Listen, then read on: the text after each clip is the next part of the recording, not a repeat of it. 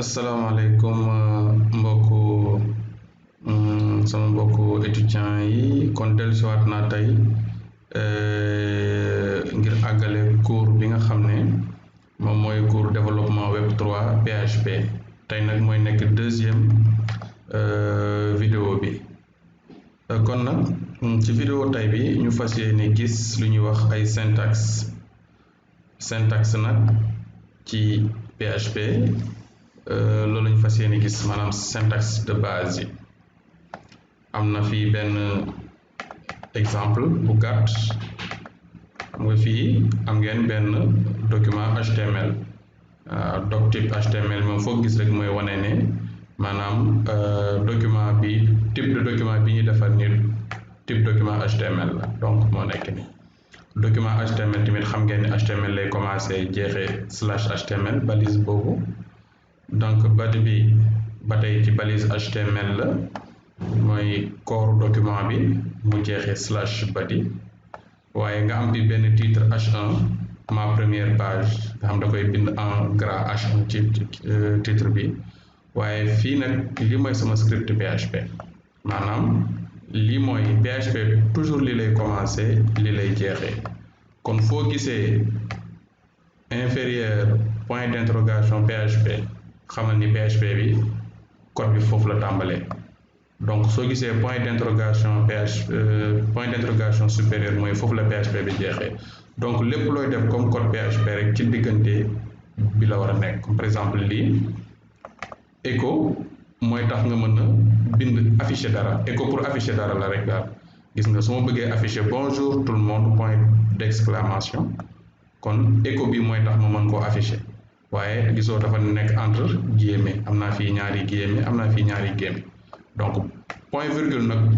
moom saa yoo bindee dara PHP benn instruction ba noppi rek pour nga wax ne instruction boobu jeex na donc point virgule bi moom moo koy wane léegi nag xaaral ma copier code bi ñu dem ubbi bloc note Notepad++ laa doon utiliser donc voilà ay xaaral ma yokk tuuti taille bi plus comme gën a mag tuuti voilà léegi nag ma enregistré damay dem fichier ma dem enregistré sous soo demee enregistré sous même chemin bi ñu jaaroon démb da ngay dem C nga dem ci sa xampp après nga dugg htdocs foofu laa créé woon dossier UVS gis ngeen bii mooy cours 1 cours 2 léegi ma ñëw daal ci bii ma tuddee par exemple cours 3 point PHP toujours point PHP nag la war a jeexee ok donc gis nga léegi sama PHP mi ngi nii kon fii la commencé fii la jeexee lan moo nekk ci biir PHP bi dama ni ko officiellement bonjour tout le monde point d'exclamation donc gis nga guillemets yi donc chaque fois booy bind dara ak echo mën nga def ak double guillemets yi wala nga def apostrophe kese donc point virgule bi mooy wane ne fin instruction bi la mooy wane ne fin instruction bi la donc ñu enregistré daal di ñëw fii xool dafay léegi localhost /UVS donc gis nga fii cours 3 baa ngi noonu donc su ma ñëwee lii mooy sama H1 bi moom mooy fii H1 bi li ma def balise H1 loolu balise HTML kese la moo tax ma am lii en gras bi waaye echo bi nag echo bi ci biir PHP moo tax ma affiché bonjour tout le monde point d'exclamation donc moo nekk noonu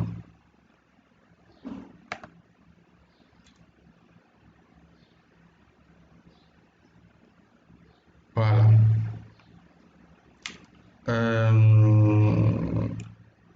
je pense que ba foofu c'est bon léegi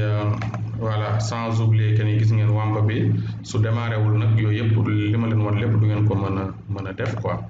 donc voilà donc kon ba foofu leer na comprendre ngeen kon fan la PHP di commencé fan la PHP di jeexee comprendre ngeen ni echo pour afficher dara la donc loolu déjà am na solo donc PHP ba tey ñoo ngi ci syntaxe yi ligne code PHP bu ci nekk rek buy jeex da nga war a def benn point virgule donc loolu règle bi la donc gis nga moo tax nga gis fii point virgule su ma ñëwoon bindaat encore echo ma bëgg def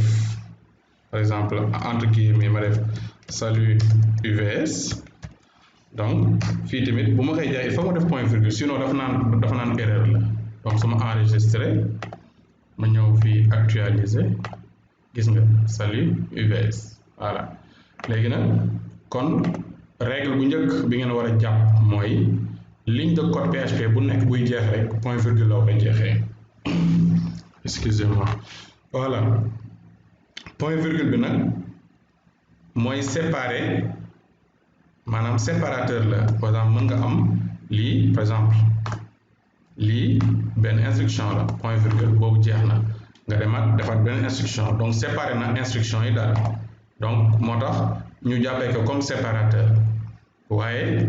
dañ koy jëfandikoo ngir mën a maanaam distinguer ay instruction yu bari daal benn bu ci nekk wutee ak moroomam mooy comme nii rek am naa benn instruction point virgule mooy boobu jeex na amaat naa beneen mën naa amaat yeneen encore donc pour mën a distinguer ensemble d'instructions daal voilà léegi nag PHP am na ñaari façon fonction yoo xam ne mooy tax nga mën a afficher dara xam nga léegi gis ngeen echo mooy tax nga mën a afficher dara ci navigateur bi waaye moo nga utiliser print tamit beneen fonction la PHP moo ko moom boo xam ne daf leen di may ngeen mën a afficher dara danañ ko gis léegi nii incha allah kon ba tey ñu jàng léegi lan mooy commentaire PHP commentaire nag mooy loo xam ne ci sa maanaam code PHP da nga ko ci yokk ngir rendre sa code mu gën a ñu gën ko mën a comprendre maanaam soo bëgg expliquer code bi da nga koy commenter loolu développeurs yi professionnels yëpp dañ koy fal def ndax li tax mooy mën nga dem ba am code boo xam ne par exemple la fa nekk ci ay bind mën na dem ba mat ay 1000 et quelques lignes xam nga loolu tey nga toogaat benn 6 mois bëgg a ñëw laalaat code bi mën nga fàtte lu bare moo tax lépp looy def rek li gën mooy nga commenter donc commentaire nag nii lañ koy defee bu fekkee da ngay commentaire bi la ngay bind ci commentaire benn ligne kese la da ngay def ñaari yoon slash après bind commentaire par exemple mën naa ñëw fii echo bi avant may bind echo ma commenté daa def slash echo me permet d'afficher waaw lii commentaire la maanaam lii bokkul ci code bi pour yow mi codé pour nga comprendre li ngay def lu mu doon kese la voilà donc lii bu fekkente ne ci li ngay bind comme commentaire ci benn ligne kese la yam donc da ngay def ñaari slash ba pare soog a bind commentaire bi waaye nag am na commentaire yoo xamante ne ci plusieurs lignes la par exemple lii ceci est un bloc de commentaire PHP gis nga bi lii commentaire la lii commentaire nekkul benn ligne mais ay lignes yu bare la donc bu fekkee lignes yu bare la nii la commentaire bi di commencer nii lay jeexee donc par exemple su ma bëggoon ñëw fii ma def commentaire yu bare damay def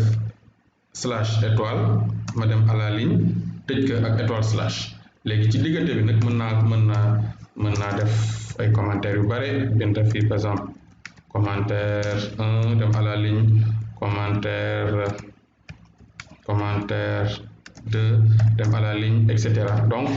fii mën nga am parce que commentaire bi si ligne yu bare la moo tax donc bu dee si ay lignes yu bare nga bind nga bëgg commenter donc il faut que nga defee ko nii li ngay njëkk a def étoile slash nga tëj ko par slash étoile ngay ibbee après tëjee par étoile slash léegi ci diggante mën nga def ligne nombre de ligne bu la neex waaye su fekkee si benn ligne kese la sa commentaire bi moom da ngay def slash rek daal di commenter li nga bëgg a commenter kon loolu moo jëm ci wàllum commentaire yi donc commentaire sur une ligne ak commentaire sur plusieurs lignes ba tey ci syntaxe PHP sensibilité à la casse en PHP lu am solo su ngeen déggee ci informatique ñuy wax benn langage naan langage bi dafa sensible à la casse mooy langage boo xam ni dafay def différence entre lan mooy majuscule ak lan mooy minuscule loolu mooy un langage sensible à la casse su fekkee un langage qui n'est pas sensible à la casse nag moom du def différence bi donc PHP nag moom langage bu sensible à la casse la moom dafay différencier maanaam majuscule ak minuscule donc ci PHP fonction yi nga xamante ni yow yaa koy créer maanaam yow mi codé moom maanaam fonction yi nga xamante ni utilisateur yi ñoom ñoo ko définir ak classe yi nga xam ne yow yaa koy bind ak mot clé yi par exemple lu mel ne if else while echo yooyu yëpp daañ ko gis yooyu ne sont pas sensibles à la casse kon loolu leer na maanaam kon yooyu amul problème ci majuscule ak minuscule waaye nag bu fekkente ni variable yi ñoom dañoo sensible à la casse maanaam booy déclarer benn variable tey boo defee par exemple ci misaal xam nga PHP booy déclarer variable da ngay def $a par exemple lii benn variable la mais su ma ñëwoon tey ma def $a xam nga ñaar yi day jàpp ne variable yu wuute la ndax bii $a minuscule la mais bii $a majuscule nga def donc moom day jàpp ne variable yi moom dañoo sensible à la casse mooy dafay différencier majuscule ak minuscule donc lii day jàpp ni ñaari variable yu bokkul la du ko considérer comme même variable kon loolu leer na moo tax fii ñu ne leen variable yi ñoom dañoo sensible à la casse donc ci exemple bi par exemple maanaam déclaration bu njëkk bi mooy afficher la variable $couleur par exemple fii gis nga ni $couleur en minuscule ak $couleur en majuscule ñaari variable yu wuute la waaye ba tey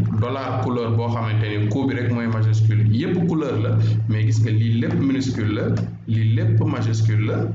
lii mooy minuscule li nekk majuscule donc yooyu PHP dafay jàpp ni ñetti variable yu wuute la parce que nee nañ leen léegi les variables sont sensibles à la casse maanaam PHP dafay différencier majuscule ak minuscule yi bu dee lu jëm ci wàllum variable yi waaye bu dee lu jëm ci wàllu fonction yi moom yi nga xam yaa ko créé ak classe yi nga xam yaa koy créé wala mot clé yi moom boo ko defee majuscule ak boo defee minuscule yëpp par exemple if majuscule ak if minuscule day jàpp ne benn bi rek la else majuscule ak minuscule day jàpp ne benn bi kese la while majuscule minuscule yëpp benn bi la koy jàppe echo majuscule minuscule ba et cetera waaye bu dee lu jëm ci variable nag moom boo defoon tey $couleur minuscule ak $couleur majuscule day jàpp ne ñaari wuute la kon les variables en PHP sont sensibles à la casse ngeen jàpp loolu bu baax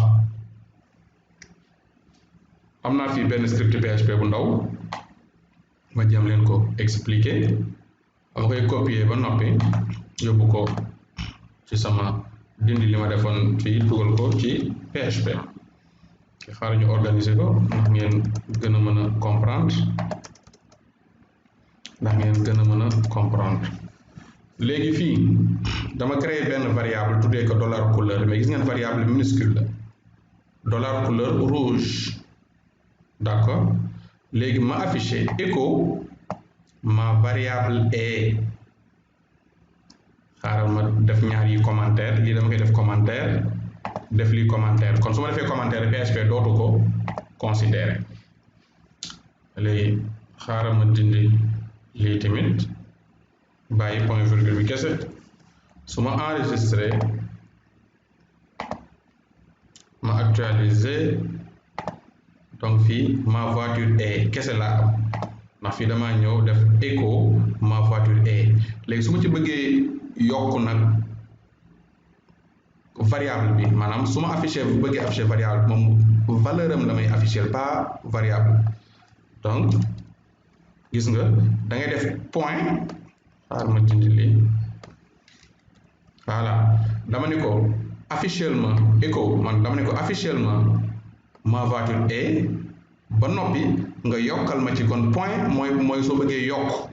mooy nga lan laa ci yokk mooy valeur variable bi donc variable puisque $couleur la valeur mooy rouge donc lu muy affiché mooy ma voiture est rouge loolu lay bind donc ma enregistré su ma enregistré actualiser gis nga mu defal ma voiture est rouge. donc ngeen jàpp bu baax ne PHP point bi mooy tax nga mën a yokk dara maanaam loolu la ñuy wax ci informatique concaténation kon écho moom xam ngeen ni lépp lu nekk entre guillemets nii loolu daf la koy afficher waaye da nga ni ko afficher ma voiture est ba pare nga yokkal ma ci variable bi maanaam variable bi dollar couleur créé woon naa variable fii ba jox ko valeur am te valeur am rouge la donc valeur am la may yokkal. donc su ma ci defee aussi ma yokkaat par exemple nii nee naa ko yokkaatal ma lan la ngay yokk mooy nga dem à la ligne donc lii code HTML la BR donc li muy def mooy dafay afficher ma voiture est mu daal def dollar couleur après daal di forcer dem à la ligne donc loolu lay def donc lii mooy tout le temps point moom mooy tax nga mën a yokk mu concaténer donc lii dafay afficher ma voiture est après mu yokk valeur variable bi après mu yokk lan lay yokk maanaam retour à la ligne bi point virgule mooy jeex na donc fin instruction bi xaaral ma dindi commentaire bi tamit fii dafa def ma maison est mu def dollar couleur en majuscule donc ñu dem enregistrer actualiser gis nga fii daf ne la erreur am na lu tax parce que nee na dollar couleur en majuscule bi xamu ko yaa ngi gis donc bu ñu effacer bii tamit beneen bi tamit ba tey du ko xam ñu actualiser gis nga am na ñaari problème donc nee na la xamul dollar couleur bi léegi nag su ma neexoon ma ñëw fii ci kaw ma créé ko ba pare ma def égal la maison est ma jox ko par exemple grande non ma jox ko bleu par exemple ma maison est bleue donc fii dootul am problème dina la parce que léegi créé dollar couleur minuscule bi mooy rouge waaye dollar couleur majuscule bi mooy bleu donc fii daf lay waxal ma maison est bleue après mu dem à la ligne donc ñu dem actualiser ñëw fii actualiser am na aussi bu mujj bi wala ñu créé bii lay waxaat ba tey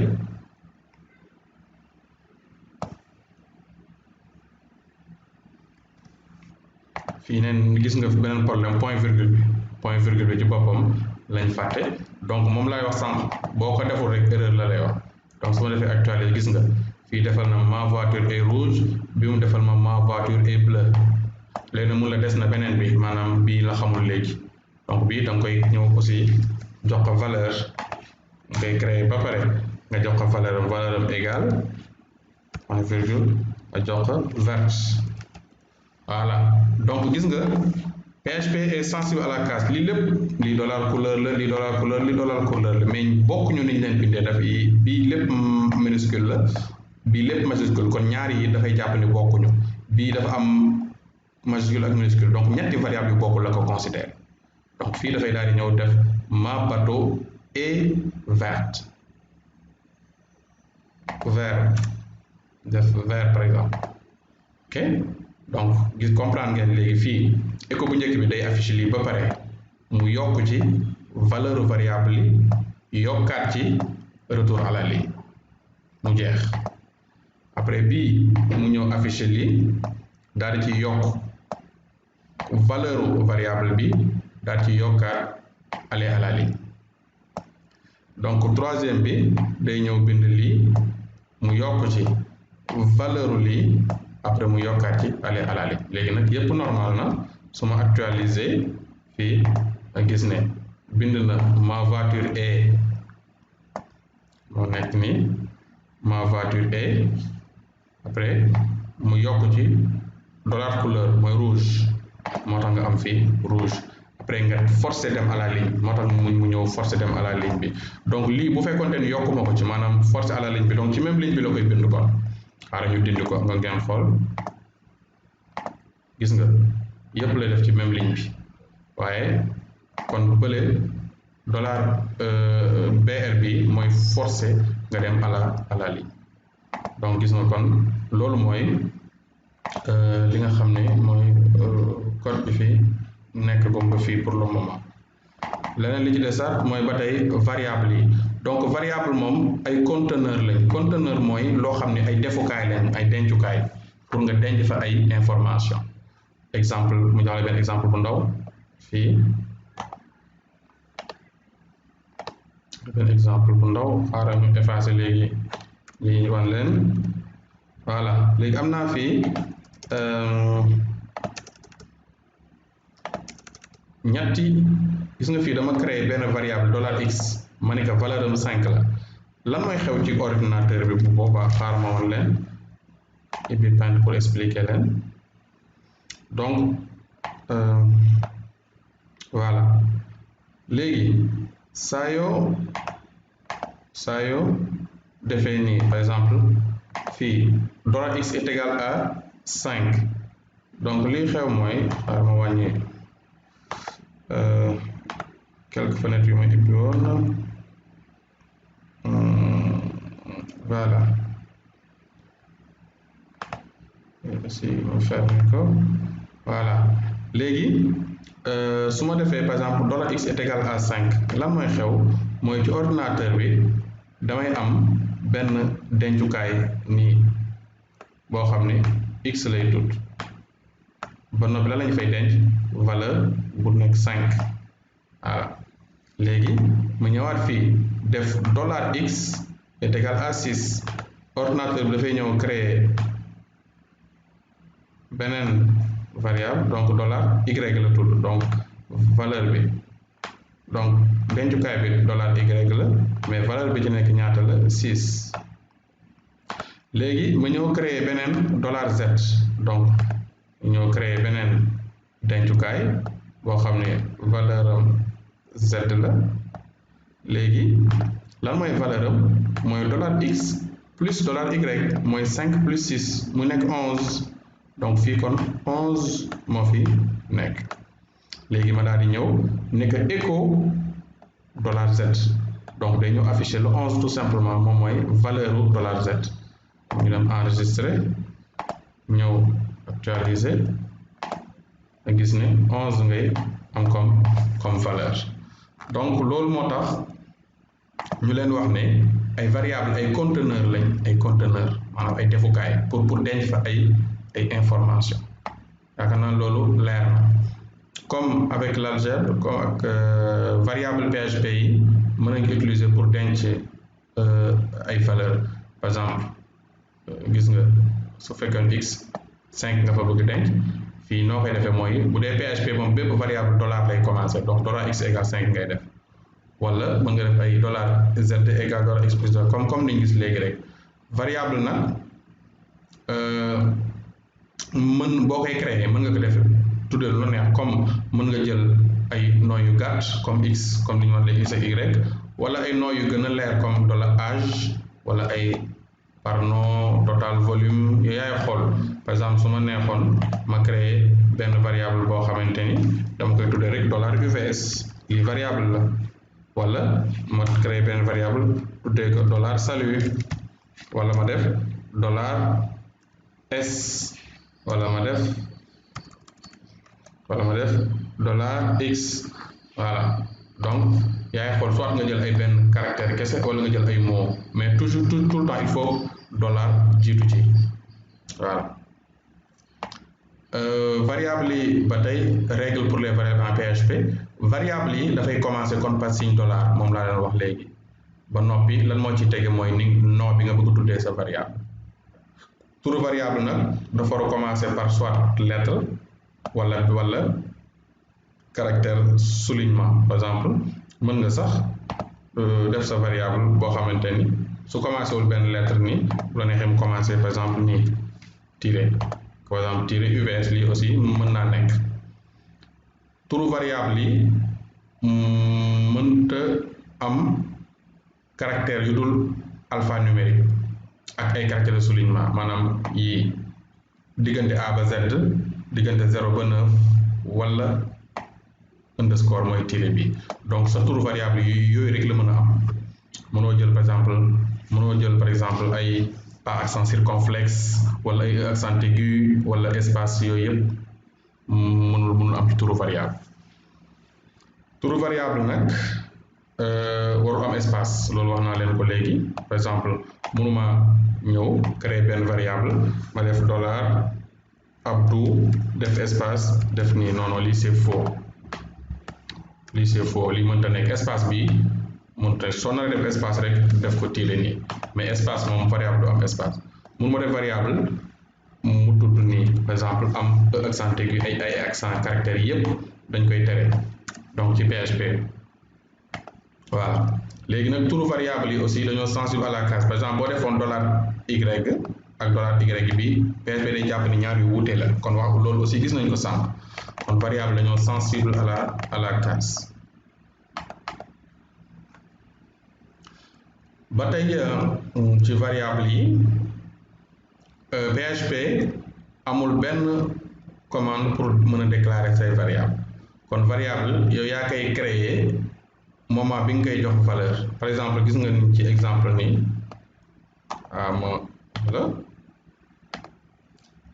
ci misaal créé naa fi ñaari variable $txt variable la lii mooy valeur am kon boo xamee valeur am rek tibam day daal di ñëw ci saa si. par exemple fii $txt bonjour tout le monde moom mooy valeur am kon tibam string la string. d'accord string mooy chaîne de caractère loolu danañ ko gis. $x créé nañ ko jox nañ ko valeur 5 kon tibam moom int la maanaam entier. voilà loolu lépp danañ ko gis incha allah. ginnaaw exécution instruction yi par exemple maanaam variable txt kon valeur am lii lay nekk ak variable x valeur am nekk 5 loolu lañ gis léegi. kon saa yoo joxee benn valeur sa variable saa yoo joxee valeur rek donc wala mu nar a nekk texte donc il faut que nga entourer que par des guillemets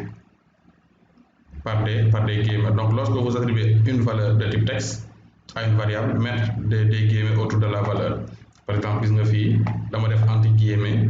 texte bi su ma doon créer par exemple beneen variable boo xam dama koy tuddee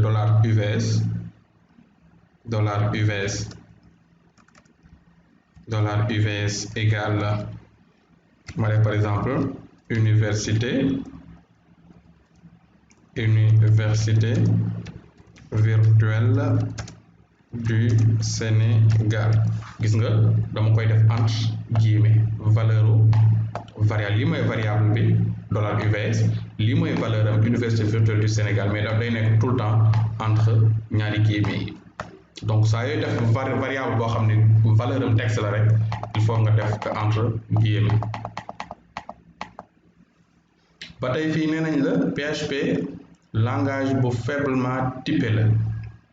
langage faiblement typé mooy mën nga créer variable bi te doo koy wax type bi ñu nangam la mais saa yu amee valeur rek kon am na type. par exemple su ma defee $x amagul type mais su ma ko joxee x égale 5 donc type am léegi entier la. voilà donc ci exemple yi ñu gis léegi ngeen jàpp ne préciser wuñ PHP type am donc doo ko préciser waaye PHP dafay jox variable bi type maanaam saa yu amee valeur. su ma créé x ma def $x égale 1 kon type bi entier la. su ma defee $x égale salut type am kii la texte maanaam string. donc saa yoo ko joxee valeur rek ci lay am type moom waaye du danga koy créer rek xam type bi ci saa si déedéet. waaw ci langage de programmation yi nga xamante ne nag dañoo fortement typé yooyu moom faw booy créer variable da nga koy waxaale type bi lan la daal comme ay langage C ay C++ yooyu moom booy créer valeur par exemple ci langage C su may créer variable x boo xam ne entier dama ko naan int x dama naan ko x variable mi type am nangam la mais bu dee PHP moom dama naan $x rek sans ma wax type bi lan la. su ma ko defee x égale 5 nag wala x égale 4 ci lay xam ne kon type am entier saa yu amee valeur rek ci ngay soog a mën a xam type bi daal. loolu mooy langage boo xam ne c'est faiblement typé. bu dee fortement typé langage fortement typé mooy langage boo xam ne instant ba ngay créer variable bi ci nga koy joxaale type bi ci saa si. léegi nag ñu war a gis portée d'une variable donc variable bu ci nekk day am portée bi mooy fan la variable mën a àgg am variable yoo xam local la am yoo xam ne global am yoo xam ne statique la donc maanaam partie bi nga xam ne variable mën nañ ko faa jëfandikoo fan la dafa am variable boo xamante dañ ko mën jëfandikoo en local kese am yoo xam global ci sa programme yëpp mën nga accéder ci variable am yoo xam ne statique la donc danañ gis yooyu léegi incha allah dañuy pour bañ vidéo bi gudd dañuy yemale fii vidéo bi bu ko defee bu ñuy def troisième vidéo bi ñu jàll ci kon li nga xam ne moom mooy portée variable kon ñu leen jox daje incha allah ci suñ troisième vidéo